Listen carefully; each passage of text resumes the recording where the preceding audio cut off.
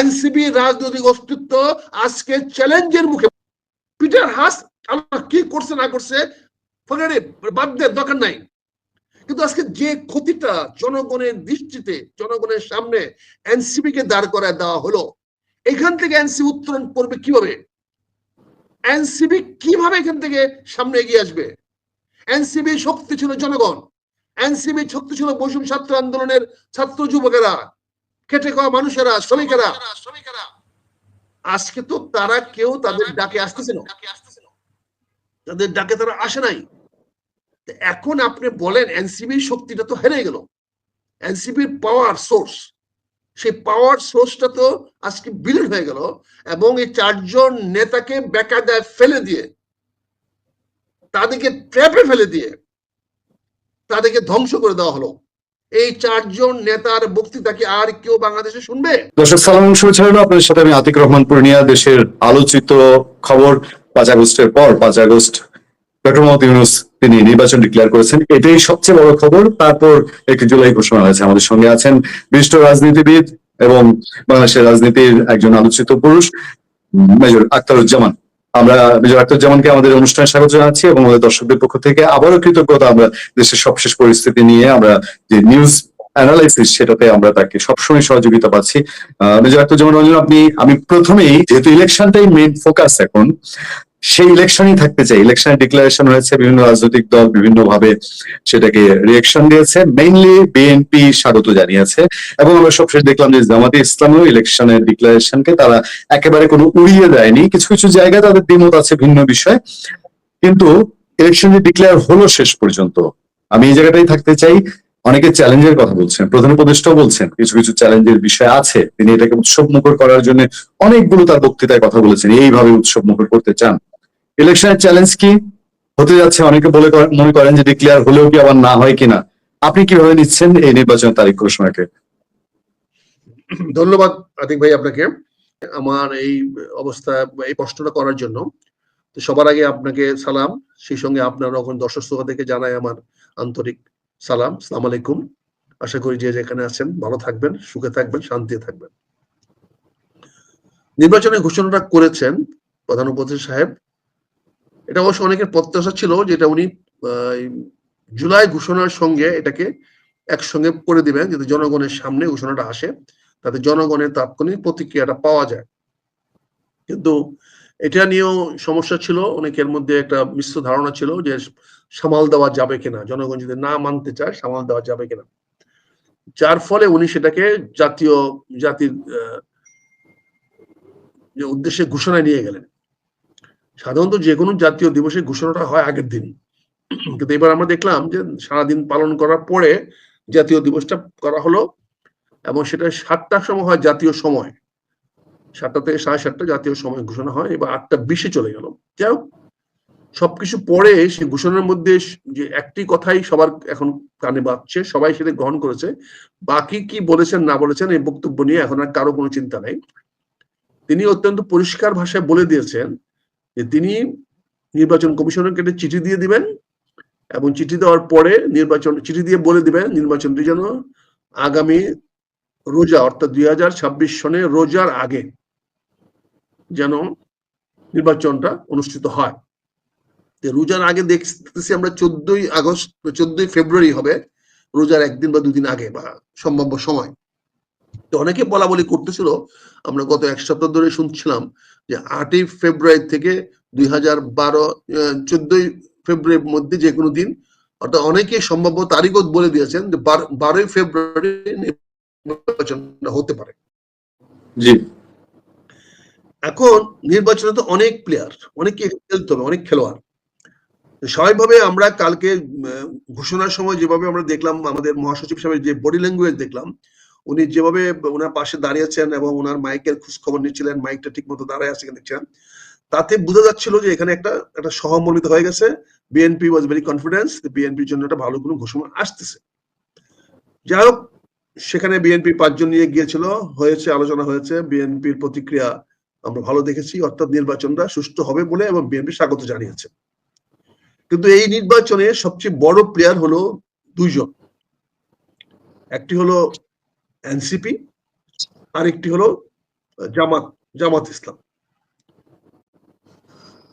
জামাত ইসলাম কিভাবে? কালকে দিনভর বলেছিলেন যে পিআর পদ্ধতি ছাড়া নির্বাচন সুষ্ঠু হবে না, কাজে সেই নির্বাচন তারা পিআর পদ্ধতিতে এখনো দাবি করছেন। আর এনসিপি কালকে থেকে নির্বাচন নিয়ে কোনো কথাবার্তা তাদের শুনি নাই, তারা মোটামুটি চুপ করে আছেন। তার মধ্যে আবার এনসিপি কিছু নেতা কালকে বেকায়দা পড়ে গেছেন কক্সবাজার ভ্রমণ করতে গিয়ে। কেন গেছেন, কি কারণে গেছেন সেটা পরে আলোচনা করবো যদি অন্য একটা বিষয় ছিল সুযোগ হয়।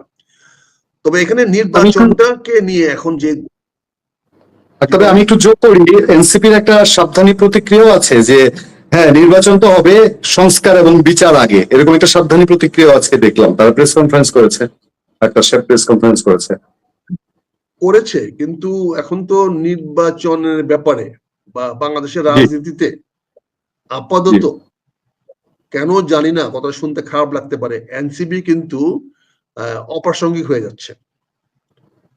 গত আচ্ছা 3 তারিখে 3রা আগস্টের তাদের যে মহা ফ্লপ অনুষ্ঠানের পরে তাদেরকে জি যেভাবে সরকার থেকে তাদেরকে ফেলে দেওয়া হয়েছে, একঘরে করে ফেলা হয়েছে।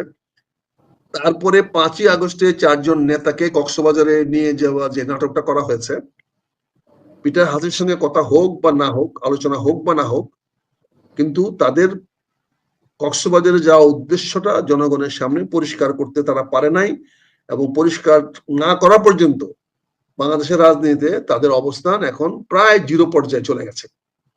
এনসিপি এখন আর কোনো রাজনীতিতে গুরুত্ব বহন করে না। এটা সরকার অত্যন্ত সুন্দরভাবে এই কাজটা করতে পেরেছে। আমি আগেও বলেছিলাম, অনেক অনুষ্ঠানে বলেছি, এনসিপি কে অপ্রাসঙ্গিক করার জন্যই 3টা কাজ করা হয়েছে। একটা, বৈষম্য ছাত্র আন্দোলনটাকে ভেঙে দিয়ে এনসিপি করা হয়েছে।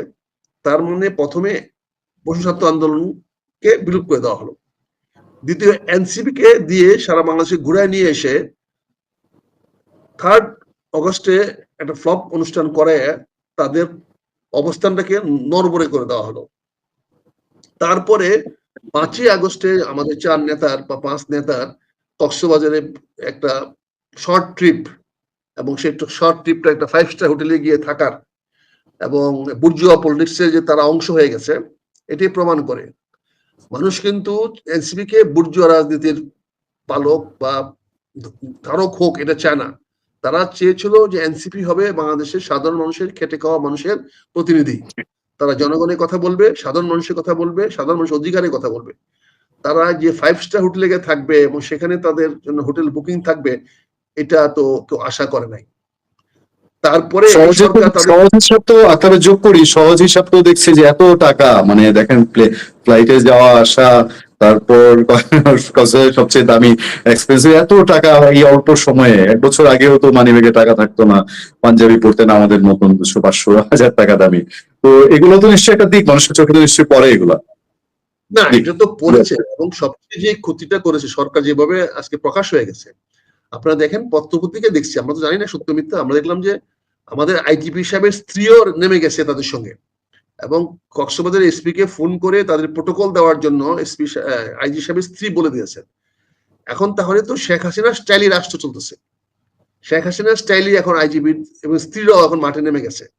তার মানে পুরো জিনিসটাকে এমন ভাবে ছকে বাঁধানো হয়েছে যে এনসিবি কে একটা বিশাল গর্তে ফেলে দেওয়া হলো, অত্যন্ত পরিকল্পিত ভাবে। ছেলেগুলো বয়স কম, এত কিছু বুঝে না, অভিজ্ঞতা কম, সবকিছুরই তারা মানে ধারণা করতে পারে না, ধারণা করার বুঝতে পারে না, সবাইকে আপন মনে করে, সব আপন যে আপন না এটা তারা হয়তো বুঝতে পারে নাই। ফলে তাদেরকে তাদের বন্ধুরাই তাদের ট্র্যাপে ফেলে দিয়েছে। যেখানে আইজিবি সাহেবের স্ত্রী ফোন করে যদি পুলিশের এসপি সাহেবকে বলে, যেটা বিভিন্ন মিডিয়াতে পাচ্ছি, আমরা জানি না সত্য মিথ্যা কতটুকু, তাহলে আইজি সাহেবের স্ত্রী যদি টেলিফোন করে কক্সবাজারকে বলে তাদের প্রোটোকল দাও, তাহলে তার মানে আইজিপি পর্যন্ত জানতো, এবং সেটা নিশ্চয়ই সরকারের কোনো আনুকূল্য ছিল তারা যাক, এবং নিশ্চয়ই সেখানে কোনো কোনো একটা বিষয় আছে ছিল যে বিষয়টা সরকার অবহিত ছিল। আইজিপি অবহিত হওয়া মানে সরকারের অনেকে অবহিত হওয়ার কথা। সবকিছু মিলে আমার মনে হয় কোথায় যেন একটা মানে ঢিলাঢালা হয়ে যাচ্ছে, কোথায় যেন মানে ছন্দপতন হয়ে যাচ্ছে। সেই আরেকটা ছন্দপতনটা জি জি আরেকটা ইন্টারেস্টিং ঘটনা ঘটেছে ওখানে, কিন্তু এই খবর যখন আপনার সাবেক দল বিএনপি নেতা কর্মীরা শুনলেন, তারা কিন্তু ওখানে গিয়ে ভিড় করেছেন, বড় মাপের ভিড়, এবং তারা বলেছে যে এখানে তারা কেন এসছে, ষড়যন্ত্রের গন্ধ, মানে একটু ভিন্ন রকম একটা বিষয় এটাও কিন্তু ছিল গতকাল সারাদিনই ওই রয়্যাল টিউলিপ ঘিরে। আমরা এই জন্য বলছি যে এই সরকারটা তো আসছিল আমেরিকান ইউএসএআইডির চেঞ্জ রিজিমের যে প্রকল্প প্রজেক্ট, সেই প্রজেক্টের আন্ডারে, যেটা পিটার হাসের আমলে প্রজেক্টটা তৈরি হয়েছিল এবং পিটার হাসি এই প্রজেক্টটাকে তৈরি করে দিয়েছিল। এখন এটার তো $29 মিলিয়ন তো এখনো আছে, খরচ চলছে, বিভিন্ন এনজিওর খরচপাতি চলেছে। আপনারা দেখেন গতকালকে যে ঢাকায় যে অনুষ্ঠানগুলো হলো, অনুষ্ঠানগুলো কারা করেছে? এই এত বড় অনুষ্ঠানটা কে পরিচালনা করেছে? অর্থ কে দিয়েছে? কোত্থেকে আসছে? অর্গানাইজড হইতে করা হয়েছে। এখন মানুষকে আটকা রাখা হয়েছে, গান বাজনার মাধ্যমে, শিল্পীদের মাধ্যমে, মঞ্চের মাধ্যমে করা হয়েছে। তার মানে এখানে এনজিওরা এটাকে পুরা সফল করেছে। এনজিওদের কি স্বার্থ? সরকারি মেশিনারিজ তো আছে, রাজনৈতিক দল আছে, এনসিপি অনুষ্ঠানটা করতো, এনসিপি নেতৃত্বেই গতকালকে অনুষ্ঠানটা হইতো। আপনার 5ই আগস্টের যে অনুষ্ঠানটা ছিল, সেই অনুষ্ঠানের সবার সামনে 5ই আগস্টের কুশীলতা থাকলে সমস্যা কোথায় ছিল? এই যে আমাদের মাহফুজ আলম ছিল, আসিফ মাহমুদ ছিল, প্লাস নাহিদ ছিল, এদেরকে দিয়ে একটা ন্যাশনাল কমিটি করে দিয়ে 5ই আগস্ট উদযাপন কমিটি করে দিয়ে এই অনুষ্ঠানে করানো যেত না? তাদেরকে স্পন্সর করানো যেত, কিন্তু এই অনুষ্ঠানে কে স্পন্সর করলেন? এটা কোনো পরিষ্কার না। তারপরে সকল ডিসি কে, এসপি কে, ডিসি থেকে ডিস্ট্রিক্ট লাগাই দিলেন, তোমরা অনুষ্ঠান করো, তাদেরকে তো অনুষ্ঠান করালেন। তাহলে এই জিনিসটা সরকার নিজে অনুষ্ঠান বলে তো স্বীকার করে নাই। এটা কারা গান বাজনার লোক নিয়ে আসলো? কারা মঞ্চ বানাইলো? এটা কারা? এটা বলা হচ্ছে মুক্তিযুদ্ধ মন্ত্রণালয়ের কথা। না, তাহলে এটা কি কারো কাছে কোনো প্রকাশিত হয়েছে? কেউ বলছে মুক্তিযোদ্ধা কে? সে একজন তো দায়িত্ব মন্ত্রণালয় 1 কোটি টাকা বরাদ্দ দিয়েছে নাকি, এরকম খবরাখবর পত্রিকা এসেছে। কাকে দিয়েছে? বরাদ্দকারী তারা, কিন্তু বরাদ্দ গ্রহণকারীকে, বরাদ্দ তারা বরাদ্দকারী, বরাদ্দ করেছে, কিন্তু বরাদ্দটা কাকে দিয়েছে, কে দিয়েছে? পুরা জিনিসটা অস্পষ্ট ছিল। যাই হোক, তারপরে আমি বলবো এটা 28 দফা একটা কর্মসূচি দিয়েছেন বা একটা ঘোষণাপত্র দিয়েছেন। তার পরবর্তীতে সবচেয়ে নিয়ে যেটা টেনশন ছিল, যেটা নিয়ে আমরা সব উদ্বিগ্ন ছিলাম, যে উনি নির্বাচন ঘোষণা না করে মঞ্চ থেকে চলে আসতে পারবেন কিনা। তিনিও সেই চ্যালেঞ্জটা নিলেন, কিন্তু আগে বলে দিলেন জাতির উদ্দেশ্যে ভাষণ দিবেন। তার মানে মানুষও ধরে নিল যে মঞ্চে উনি বলবেন না নির্বাচনের কথা, পরবর্তী বলবেন। ফলে জনগণও সেইটুকু কি বলে সুযোগ তাকে দিয়েছে, এবং তিনি ঠিকই ওখান থেকে এসে, এবং খেয়াল করে দেখেন ওনার বক্তব্যের শুরুটা করেই, ওনার একটা অবস্থানের কথা বলেই উনি কোন রকম ভূমিকা ছাড়াই নির্বাচনের তারিখে চলে গেলেন, এবং নির্বাচনের তারিখটা ঘোষণা করে দিলেন এবং বললেন উনি চিঠি লিখে দিবেন। যদিও উনি সুনির্দিষ্ট করে বলেন নাই চিঠিটা কবে দিবেন, এখানে একটা ধোঁয়াশা রেখে দিয়েছেন। এই ধোঁয়াশাটা যত তাড়াতাড়ি দূর হবে, তত তাড়াতাড়ি জাতির মঙ্গল হবে। তবে জি জি, আপনি শেষ করেন। সবচেয়ে পজিটিভ, সবচেয়ে যেটা ভালো দিক আমি মনে করি, সেটা হচ্ছে এখন পর্যন্ত নির্বাচনের বিপক্ষে কোনো স্টেটমেন্ট আসে নাই।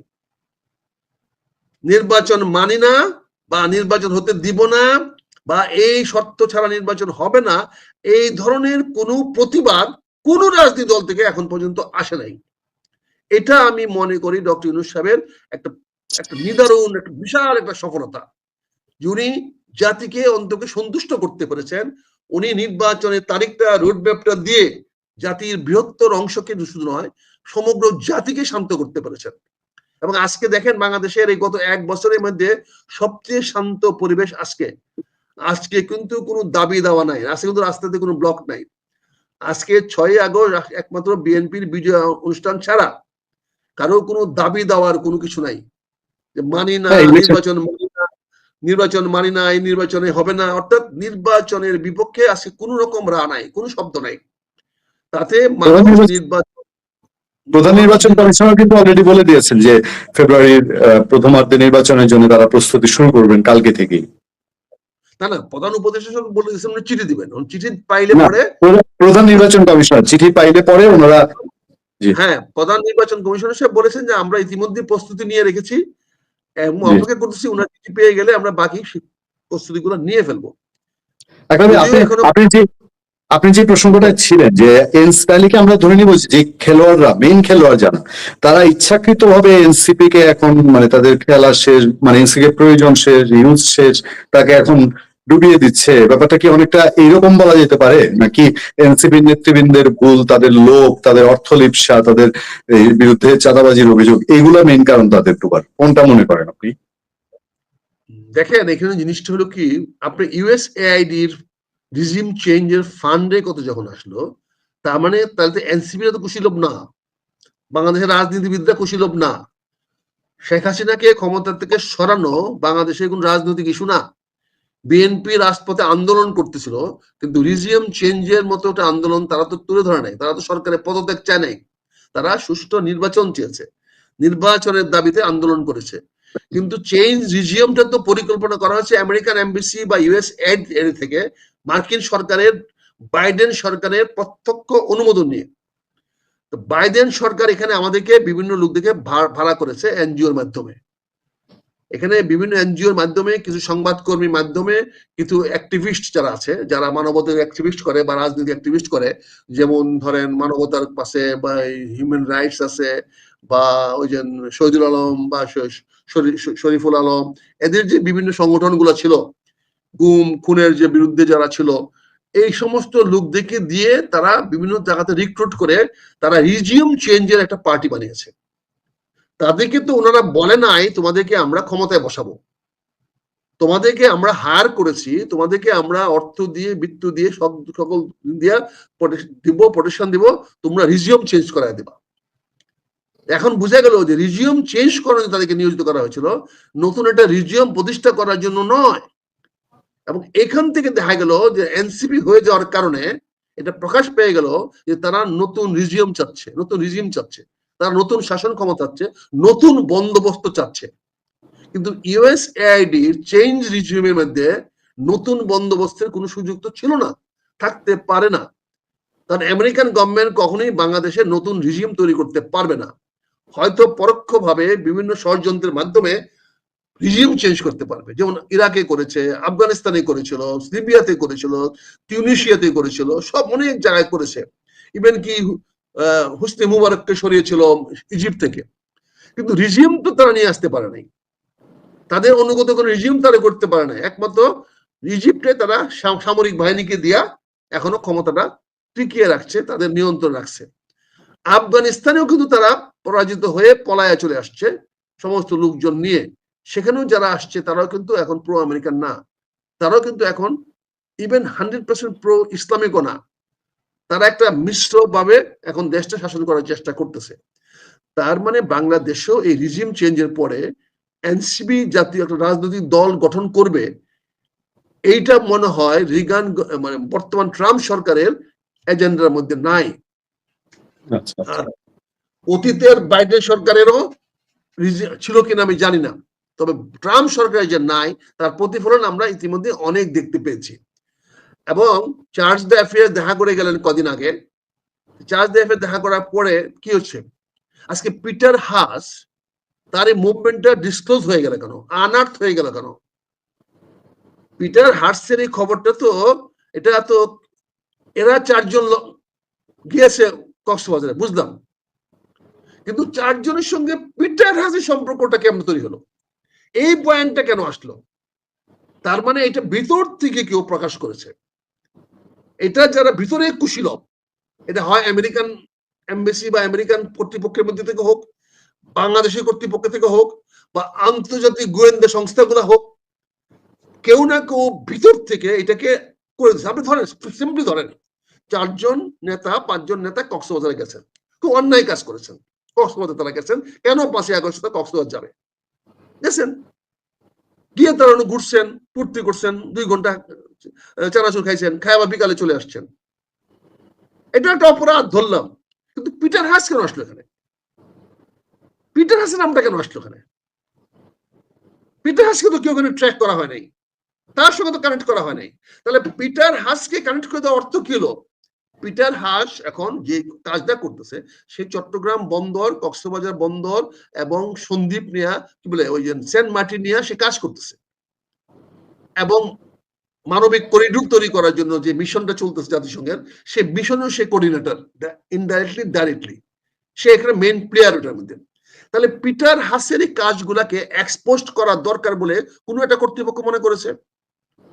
পিটার হাস যে গোপনে কাজগুলা করতেছে, এই কাজগুলা আনার্থ করা দরকার। এটা ভারতীয় ইন্টেলিজেন্স হতে পারে, হতে পারে, চাইনিজ হতে পারে,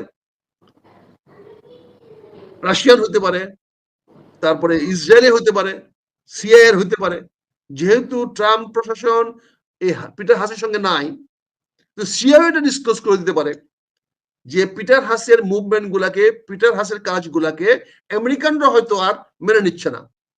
তো এতকার কারণে, এই সমস্ত বিভিন্ন আঙ্গিকের কারণে দেখা গেল যে এই 5 জন ছেলে ক্যারিয়ারটাকে ধ্বংস করে দেওয়া হলো। হয়তো এখন যেটা বোঝা যাচ্ছে, যেহেতু পুলিশের আইজিপি সাহেবের ওয়াইফ যখন এটাকে ইনভলভ, বোঝা যাচ্ছে যে আইজিপি সাহেবের ওয়াইফ হয়তো বলেছে, তোমরা এক কাজ করো, একটা রাজনৈতিক তোমাদের জন্য একটা নতুন একটা বিষয় আলোচনা হবে, কিছু লোক তোমাদের জন্য কথা বলবে, তোমরা একটু এতে যাও, কক্সবাজারে ঘুরে আসো। জাস্ট যাবা এক ফ্লাইটে, পরে ফ্লাইটে চলে আসবা। যেহেতু আইজিপি তাদের দ্বারা নিয়োজিত এবং নিয়োগপ্রাপ্ত, বর্তমান আইজিপি সাহেব সবাই জানে এটা বৈষম্য ছাত্র আন্দোলনের ছেলেরা রিটায়ার থেকে নিয়ে আসা ওনাকে এখানে বসিয়েছে। ইভেন ডক্টর ইউনূস সাহেব তাকে বসায় নাই, এটা সবাই জানে, এটা ওপেন সিক্রেট। এই ভদ্রলোক যখন তাদেরকে বলছে তোমরা কক্সবাজারে যাও, তাদের কিছু করতেও নেই, তারা টিকিট পেয়েছে, সবকিছু পেয়েছে, বুকিং। আপনাকে গিয়া দেখেন এই 5 জনের একজনও কেউ বুকিং দেয় নাই, এই 5 জনের একজনও কেউ টিকিট কিনতে যায় নাই, এই 5 জনের একজন কেউ টিকিট কানেকশন, হোটেল বুকিং, যাওয়া, মানে সিট করা কিছু নেই। দেখবেন তারা এয়ারপোর্টে টিকিট নিয়ে গেছে, তাদেরকে ঢুকতে দিছে, তারা চলে গেছে, সিটে বসছে, এভরিথিং ওয়াজ প্রি অ্যাসাইন্ড। এবং পর্দার আড়ালে থেকে কেউ না কেউ এই কাজটা করেছে, এবং এই কাজটা বৈধভাবে করেছে বলেই সরকার তরফ থেকে কোনো বাধা নাই। পুলিশের আইজিপি সাহেব জনের পিছনে ছিলেন, তার মানে কোথাও কোনো পুলিশ বা গোয়েন্দারা এটাকে অন্য চোখে দেখে নাই। কিন্তু সমস্যাটা হয়েছে, আপনি চিন্তা করে দেখেন, এই 4 জন লোক গেলেন কক্সবাজার, 5 জন, তারা ঘুরে চলে আসতেন, সেখানে নিয়ে মানুষ রিসার্চ করতো কি হচ্ছে না হচ্ছে।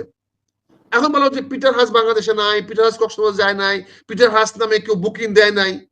তাহলে এত কিছু পরে পিটার হাসের নামটা কেন আসলো?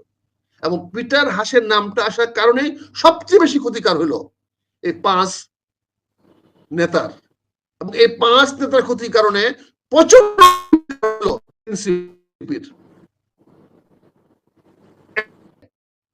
হাসনাত আব্দুল্লাহর বক্তব্য কি আর কোন জনসভায় হাসনাত দিতে পারবে? সার্জিসের কোন বক্তব্য কি সার্জিস কোন সভায় আর দিতে পারবে? যেখানে যাবে, যে মঞ্চে যাবে, সেই মঞ্চে গন্ডগোল হবে।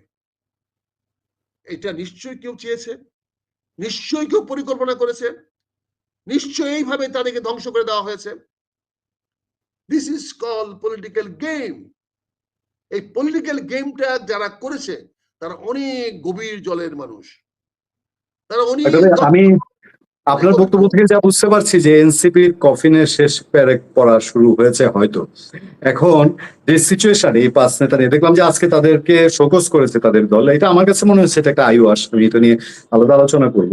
কিন্তু আমরা যখন নির্বাচন নিয়ে আলোচনাটা শুরু করলাম, আপনি বলছিলেন যে এখনো ফ্যাক্টর এনসিপি এবং জামাত, আবার বলছেন যে এনসিপি অপ্রাসঙ্গিক হয়ে যাচ্ছে। এই বিষয়টা আমি একটু আমাদের দর্শকদেরকে খোলাসা করতে চাই। অপ্রাসঙ্গিক হচ্ছে, কিন্তু নির্বাচনের জন্য কেন এনসিপি এবং জামাত গুরুত্বপূর্ণ হয়ে উঠছে বলে মনে করেন? আমি কোন জায়গায় আসতেছি বুঝি। এখন কি হচ্ছে, এনসিপি তো আজকে নির্বাচন প্রতিহত করা বা নির্বাচন হতে দিব না, এই নির্বাচন কমিশন নির্বাচন হবে না, এই বক্তব্যটা নিয়ে আর দাঁড়াতে পারছে না। এনসিপি তো আর বাংলাদেশের রাজনীতিতে কোনো প্রাসঙ্গিক না। গতকাল থেকে এনসিপি হারিয়ে গেল, অথবা মরিচিকার মধ্যে পড়ে গেল, অথবা বালুচরে চাপা পড়ে গেল, বা কক্সবাজারের প্রচন্ড সমুদ্রের জলোচ্ছ্বাসের মধ্যে তারা ভেসে যাচ্ছে। এখন তো নির্বাচন নিয়ে কথা বলা, হাসিবেরও কোনো বক্তব্য কেউ শুনবে না, অন্য কেউ শুনবে না। কাজে এই চ্যাপ্টারটাকে ক্লোজ করে দেওয়া হয়েছে অত্যন্ত পরিকল্পিতভাবে, পরিকল্পনার মাধ্যমে। এখন আসেন জামাত ইসলামের ব্যাপারটা। জামাতের ইসলামের মতো একটা প্রথম সারি রাজনৈতিক দল, যারা গত 1 বছর ধরে প্রতিটি ঘরে ঘরে যাচ্ছে নির্বাচনের জন্য। এমন কোন পাড়া নাই, এমন কোন ঘর নাই, এমন কোন মসজিদ নাই যে মসজিদে তারা দিনের পর দিন, রাতের পর রাত কাটাচ্ছে না। এশার নামাজ পড়েও তারা নির্বাচনের প্রচারণা করে। তারা 300 প্রার্থীকে একদম ফাইনাল করে দিয়ে দিয়েছে, তাদের জন্য টিম বানিয়ে দিয়ে ফেলেছে। প্রতিটি প্রার্থীর পিছনে প্রায় এভারেজ প্রতি থানায় প্রায় 20 থেকে 50টা টিম বানিয়ে দেওয়া হয়েছে, যে টিমগুলো গ্রামে গ্রামে ঘরে ঘরে গিয়ে মানুষকে ভোট চাচ্ছে। এত বড় একটা রাজনৈতিক দল প্রস্তুতি নিয়ে আসছে, সেখানে কালকে তারা বলল যে দুইটা স্টেটমেন্ট তারা দিয়েছে, যে জুলাই ঘোষণাপত্রে যে জনগণের প্রত্যাশা পূরণ না হয় তাহলে জনগণ সেটা মেনে নেবে না। আর আরেকটা বলেছে তারা যে ওই পিআর পদ্ধতি ছাড়া নির্বাচন জনগণ মানবে না। এবং তাহের সাহেব পরিষ্কার ভাষা বলেছে, পিআর ছাড়া নির্বাচন মানে হলো গুন্ডা পান্ডা নির্বাচন, সন্ত্রাসীদের নির্বাচন, চাঁদাবাজি নির্বাচন, ভোট কেন্দ্র দখলের নির্বাচন। কাজেই জামাত ভোট কেন্দ্র নির্বাচনে, ভোট কেন্দ্র দখলের নির্বাচন, চাঁদাবাজি নির্বাচন, দুর্নীতি নির্বাচনে যাবে না। এটা ছিল তাদের গতকালকে স্টেটমেন্ট। কিন্তু গতকালকে 8:30টার সময় ঘোষণা হওয়ার পর থেকে এই যে আজকে 8.5 দিন চলে গেল, এখন প্রায় 6টা, আপনারা যখন রেকর্ড করেন অনুষ্ঠানটা তখন বাজে সন্ধ্যা 6টা, এখন পর্যন্ত একটি নেতিবাচক শব্দ কিন্তু জামাতে ইসলাম বলে নাই যে নির্বাচন হবে কি হবে না, তারা যাবে কি যাবে না, কোনো কিছু তারা বলে নাই। একটা প্রেস কনফারেন্স তারা করেছে বিকাল দুপুর 12টার দিকে, সে প্রেস কনফারেন্সে কিন্তু তারা সরাসরি নির্বাচনের বিপক্ষে কোনো কথা বলে নাই। তারা এখনো বলছে এই নির্বাচনটা নিয়ে তারা এখনো সন্দিহান, সময় মতো হবে কিনা তারা জানে না, তবে তারা এখনো পিআরে কথা বলতেছে এবং তারা বলছে অপেক্ষা করেন, আমরা আপনাদেরকে জানাবো। আপনি যদি প্রেস কনফারেন্সটা দেখেন, এত অগোছাল প্রেস কনফারেন্স ছিল, বক্তব্যগুলো এত অগোছাল ছিল যে সে বক্তব্যগুলোর মধ্যে কোন রকম একটা প্রি প্ল্যান কোন স্টেটমেন্ট ছিল না। আপনি যদি 12টার এই দুপুর 12টায় তারা যে প্রেস কনফারেন্স করেছে, তার মানে জামাত নির্বাচনের পক্ষে না বিপক্ষে এটা আমরা জানতেছি না। তাহলে আমরা ধরে থাকতেছি যে সরকার সবকিছু আটঘাট বেঁধে সবার সঙ্গে পরামর্শ করে সকল পথ মতের সঙ্গে কথা বলে সকল বাধা অতিক্রম করে তারা নির্বাচনের তারিখ ঘোষণা করতে যাচ্ছে এবং একটা গাইডলাইন রোডম্যাপ দিয়ে দিয়েছে। এখন অপেক্ষা শুধু একটা চিঠির, এবং চিঠিটা দিতে আমার মনে হয় একদিন লাগার কথা না, তবু আজকে একটা দিন চলে গেছে, এখন চিঠি দেওয়া হয় নাই।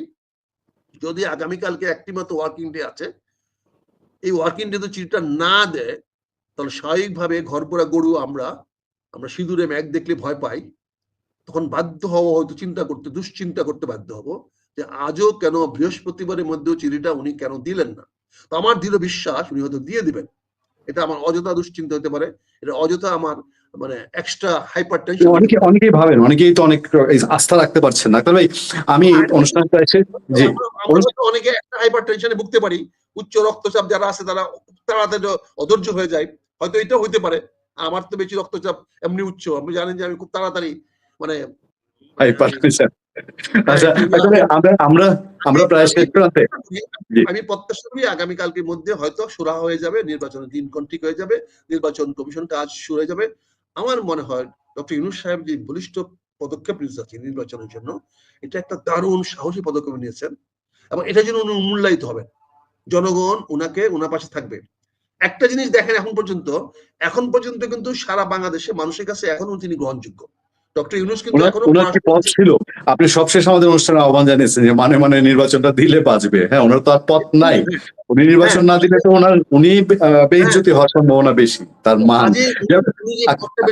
উনি যে পথটা বেছে নিয়েছে নির্বাচনটা দিবেন, এই নির্বাচনে যারাই জয়লাভ করবে, সেই দলই করুক, জামাত করুক, বিএনপি করুক, এই দুজনে একজন তো করবে, তাদের কাছে মনে হয় ডক্টর ইউনূস হবে বেস্ট চয়েস তাকে আরো 5 বছর রেখে দেওয়ার জন্য। প্রেসিডেন্ট হোক, প্রাইম মিনিস্টার হোক, এভাবে রেখে দেওয়ার জন্য বেস্ট চয়েস। এই ধরনের সম্ভাবনা সৃষ্টি করতে পারি। Doctor Yunus nothing to lose, তার হারানোর কিছু নাই। এখন ডক্টর ইউনূস বাংলাদেশে একটা রেকর্ড তৈরি করতে পারেন, একটা উপমা তৈরি করতে পারেন, ইতিহাস তৈরি করতে পারেন। ইনি বাংলাদেশের ইতিহাসে বাংলাদেশের রাজনীতিকে নতুন মাত্রা নিয়ে যেতে পারেন। সেই সম্ভাবনা ওনার বক্তব্য আমরা কালকে পেয়েছি, রাষ্ট্রে জাতীয় উদ্দেশ্যে ভাষণ দিয়েছেন, সেখানে সেই বলিষ্ঠতা আমরা দেখতে পেয়েছি। উনি হয়তো আগামীকালকের মধ্যে নির্বাচনের দিনক্ষণ ঠিক করে চিঠি দিয়ে দিবেন এবং জাতি ওনার পাশে দাঁড়াবে, ঐক্যবদ্ধ হবে, নির্বাচন হবে। নির্বাচন বাধা দিবে না, আওয়ামী লীগও বাধা দিবে না, ভারতও বাধা দিবে না। আওয়ামী লীগও চাইবে না এখন এই নির্বাচনের ডামাডোলে আইসা নতুন করে আবার ক্ষতটাকে মানে আবার নতুন করে করো। আওয়ামী লীগও মনে হয় নির্বাচনটা সুষ্ঠু হতে দিবে, কারণ এখানে আওয়ামী লীগেরও অনেক কিছু পাওয়ার আছে, অর্জনে আছে। একটি সুষ্ঠু নিরপেক্ষ নির্বাচন হলে, অবাধ নির্বাচন হলে মানুষ হয়তো আওয়ামী লীগের জ্বালাটা, কষ্টটা ভুলে যেতে পারে।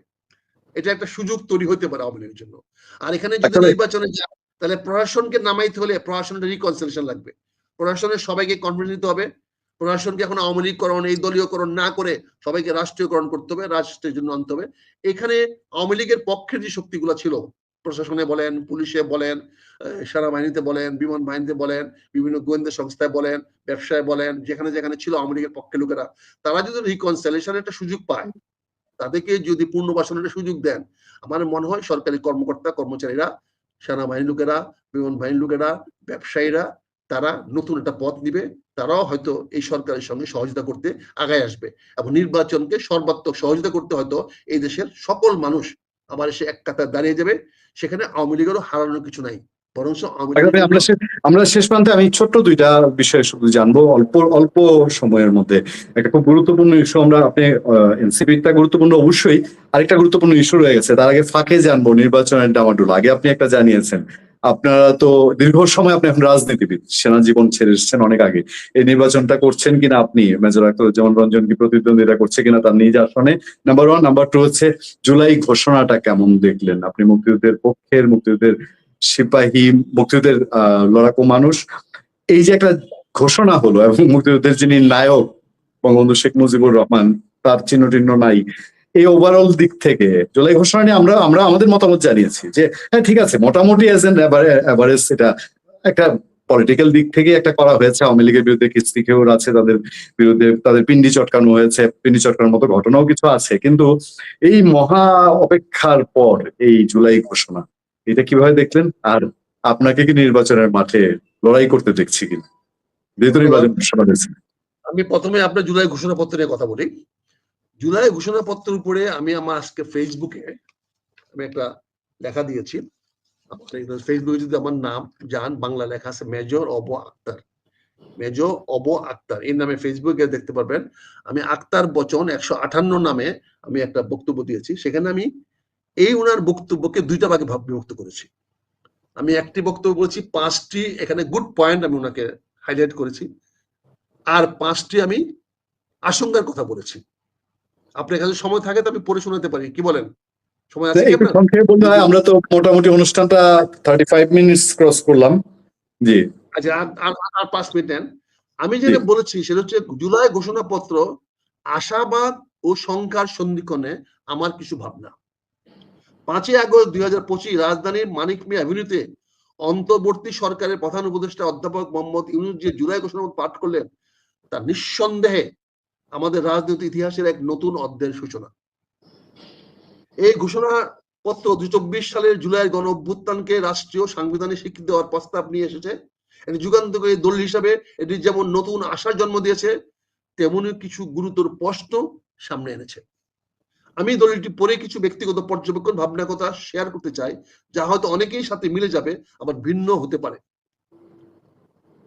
প্রথম দিকগুলোকে আমি ইতিবাচক, 5টি ইতিবাচক দিক আমি তুলে ধরেছি। একটি হলো গণ ইচ্ছার প্রকাশ। এই ঘোষণাপত্র জনগণের দীর্ঘ আন্দোলন, আত্মত্যাগ এবং দাবির একটি আনুষ্ঠানিক স্বীকৃতি, যা আমাদের ইতিহাসের ধারাবাহিকতায় এক গুরুত্বপূর্ণ সংযোগ হিসাবে বিবেচিত হবে। 2, আমি বলেছি ফেসিবাদ বিরোধী অবস্থান স্পষ্ট করা হয়েছে। দলিলটি যেমন দমন পীড়ন, একদলীয় শাসন, বাক স্বাধীনতা হরণের বিরুদ্ধে স্পষ্ট অবস্থান নিয়েছে, যা সাহসিকতার পরিচয় হিসাবে মানুষের সামনে নজর কাড়বে। 3, বলেছি সাংবিধানিক সংস্কারের প্রতিশ্রুতি। সংবিধান ও রাষ্ট্রীয় প্রতিষ্ঠানগুলোকে গণতান্ত্রিকভাবে সংস্কারের কথা বলা হয়েছে, যা ভবিষ্যতের স্থিতিশীলতার জন্য জরুরি বলে আমি মনে করি। 4, বলেছি শহীদদের স্বীকৃতি ও সুরক্ষা। আন্দোলনে শহীদদের জাতীয় বীর ঘোষণার প্রস্তাব এবং আহতদের আইনি সুরক্ষা নিশ্চিত করা অঙ্গীকার মানবিকভাবে অত্যন্ত গুরুত্বপূর্ণ, এটা আমি বিশ্বাস করি। শেষ বলতে চাই, পরিবেশ ভবিষ্যৎ প্রজন্মের জন্য ঘোষণাপত্র পরিবেশ বান্ধব ও অন্তর্ভুক্তিমূলক উন্নয়ন কৌশলের কথা বলা হয়েছে, যা ভবিষ্যৎ বাংলাদেশ গঠনের জন্য অত্যন্ত সময় উপযোগী। আমাদেরকে এই পয়েন্টগুলো মনে রাখতে হবে। আবার পাশাপাশি আমি 5টা নেতিবাচক বিষয় যেটা আমার শঙ্কা তৈরি করেছে সেগুলো আমি অকপটে বলার চেষ্টা করেছি। হয়তো অনেকে এত অসন্তুষ্ট হইতে পারেন, সেই ঝুঁকি নিয়েও বলছি। প্রথম বলছি রাজনৈতিক ভাষার তীব্রতা। ঘোষণাপত্রে শেখ হাসিনা এবং আওয়ামী লীগ সরকারের বিরুদ্ধে অত্যন্ত কড়া, মাঝে মাঝে বিদ্বেষপূর্ণ ভাষ্য ব্যবহৃত হয়েছে, যা দলিলের গ্রহণযোগ্যতা ও ভারসাম্য নিয়ে প্রশ্ন তুলে। আপনি কাউকে আক্রমণাত্মক কথা রাষ্ট্র বলতে পারে না। রাষ্ট্রের একটা নিরপেক্ষতা বজায় রাখতে হয়। দ্বিতীয় বলছি প্রতিশোধের মনোভাব, দ্রুত বিচার, অপরাধের শাস্তি ইত্যাদি বক্তব্য রাজনৈতিক প্রতিশোধের ইঙ্গিত দিতে পারে, যা ভবিষ্যতে নতুন সংঘাতের জন্ম দিতে পারে। সরকার বা প্রশাসন দ্রুত বিচার চায়, অপরাধের শাস্তি নিশ্চিত করতে চায়, তাহলে বিচার প্রমাণিত হয়ে যায়। বিচার ব্যবস্থা তখন সরকারের হাতে ক্রীড়নক হয়ে যায়। সরকারের ইচ্ছাকে তারা পালন করতে চায়। কাজে এই বক্তব্যগুলো আমার জন্য শঙ্কা সৃষ্টি করেছে এবং ন্যায় বিচারে পরিপন্থী হতে পারে বলে আমার আশঙ্কা তৈরি হয়েছে।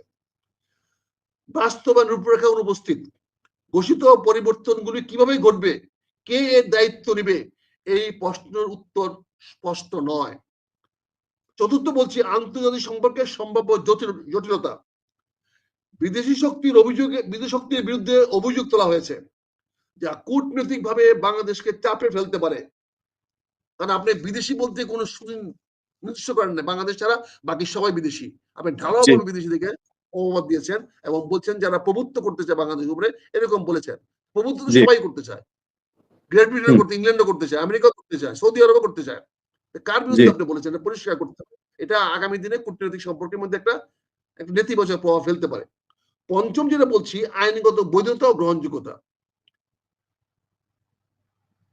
আগস্টের 5 আগস্ট বিপ্লবকে আপনি বিপ্লব হিসাবে অস্বীকৃত করেছেন। আপনি বলছেন গণ অভ্যুত্থান।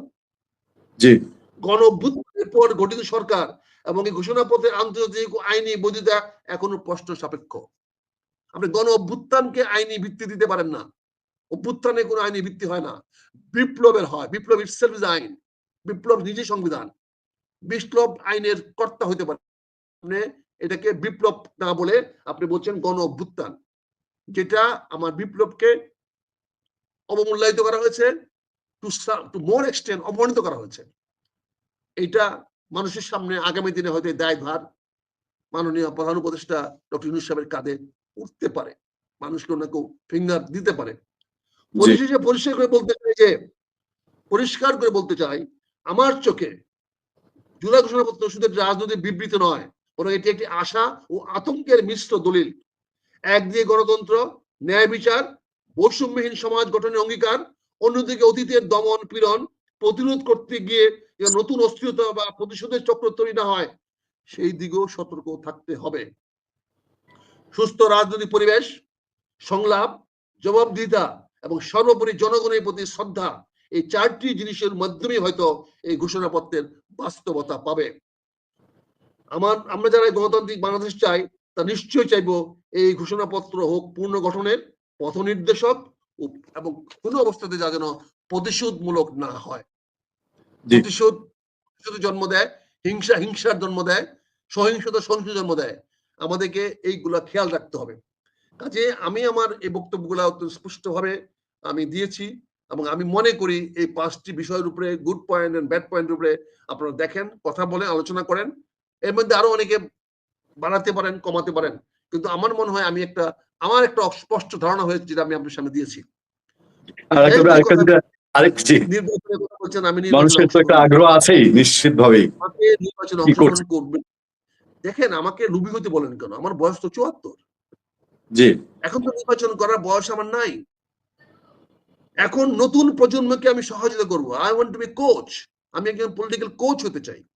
আমি আগামী নির্বাচনে একজন যে লোকটা আগামী 5 বছর, 10 বছর, 20 বছর নেতৃত্ব দিতে পারবে, এমন একটি নেতৃত্ব আমি কটিয়াদীর পাখন্দে সৃষ্টি করতে চাই। তারেক রহমান সাহেব যেন বলেছেন, এখন যারা মুরব্বী আছেন, বয়স্করা আছেন, তারা নতুন দিকে তৈরি করবেন, নতুনরা তৈরি হবে। আমি উনার বক্তব্যের সঙ্গে শতভাগ একমত পোষণ করি। আমি দেশমাতা খালেদা জিয়া 1 জুলাই একটা কথা বলেছেন যে আমাদেরকে এই বাংলাদেশটাকে নতুন করে গড়তে হবে, যেখানে তরুণদেরকে স্থান দিতে হবে, যেখানে এই বৈষম্য ছাত্র আন্দোলনে যারা নিহত আহত হয়েছেন তাদেরকে ক্ষতিপূরণ দিতে হবে, পুনর্বাসন করতে হবে, এবং সর্বোপরি তিনি বলেছেন একটা সার্বভৌম বাংলাদেশকে আমাদেরকে প্রতিষ্ঠা করতে হবে যেখানে অন্য কেউ হস্তক্ষেপ করতে না পারে। কাজে আজকে তো আমি যুদ্ধ করতে পারবো না, আমি রাজপথের সামনে গিয়ে আগাতে পারবো না, আমি মিছিল মিটিং এ যেতে পারবো না। কাজে আমি কেন নির্বাচনের পদ পদবীর লোভে নির্বাচনে যাওয়া, মানে আমি পদ পদবী চাচ্ছি। পদ পদবীর লোভ যদি আমি 74 বছর বয়সে সংবরণ করতে না পারি তাহলে কেমনে হবে? কাজে আমি স্পষ্ট বলে দিয়েছি, আমার এলাকার মানুষকে বলেছি, আবারও আপনার মাধ্যমে আজকে বলতে চাচ্ছি, আসুন আমরা নতুন নেতৃত্ব তৈরি করি। আজকে যদি একজন ভালো নেতৃত্ব পাই আমরা অবশ্যই তার পিছনে যাব। কক্সবাজারে গিয়ে এনসিপি নেতাকর্মীরা হেনস্থার শিকার হলো বিএনপির কাছে। সেই নেতা সন্ত্রাসী হতে পারবে না, সেই নেতার ক্লিন ইমেজ থাকতে হবে, জনগণের কাছে গ্রহণযোগ্য হতে হবে। আর যদি না দেয়, আমার বিএনপি যদি অন্য কাউকে দেয়, আমি অবশ্যই আল্লাহকে হাজির নাজির করে বলছি, আমি শুধু তার বিপক্ষে থাকবো না, তার চরম বিরোধিতা করব, জনগণের দাঁড়ে দাঁড়ে যাবো। যে আমরা চাই সুষ্ঠু নির্বাচনের জন্য সুষ্ঠু প্রার্থী দরকার, একটা ভালো নির্বাচনের জন্য ভালো প্রার্থী দরকার। একটা জনগণের কাছে গ্রহণযোগ্য নির্বাচন চাইতে হলে আমাকে একজন গ্রহণযোগ্য প্রার্থী দিতে হবে। আমি আমার বিগত দলের কাছে, আমার কোন দলীয় পরিচয় নয়, আমি দলহীন মানুষ, তারপরে মনে করবে আমি বিএনপি করি, বিএনপি করতাম, যদি বেঁচে থাকি বিএনপি করব। তাই আমি বিএনপি নেতৃবৃন্দের কাছে করজোড়ে অনুরোধ করব, আপনি 300 ভালো মানুষ খুঁজেন, ভালো মানুষ খুঁজে ভালো নির্বাচনের জন্য ভালো প্রার্থী দেন, জনগণ অবশ্যই আপনার পাশে দাঁড়াবে। একটা সুযোগ সৃষ্টি হয়েছে ভালো মানুষকে, নতুন প্রজন্মকে সামনে এগিয়ে নিয়ে যাওয়ার জন্য একটা নতুন অবস্থা সৃষ্টি হয়েছে, বন্দোবস্ত সৃষ্টি হয়েছে, নতুন সম্ভাবনা সৃষ্টি হয়েছে। সেই সম্ভাবনাটাকে আমরা কাজে লাগাতে চাই। কাজে আমার অনুরোধ থাকবে আগামী দিনে ভালো প্রার্থী দেয়। ধন্যবাদ পুনিয়া ভাই, ধন্যবাদ। অনেক অনেক ধন্যবাদ। সালাম রইল আপনার জন্য। Thank you.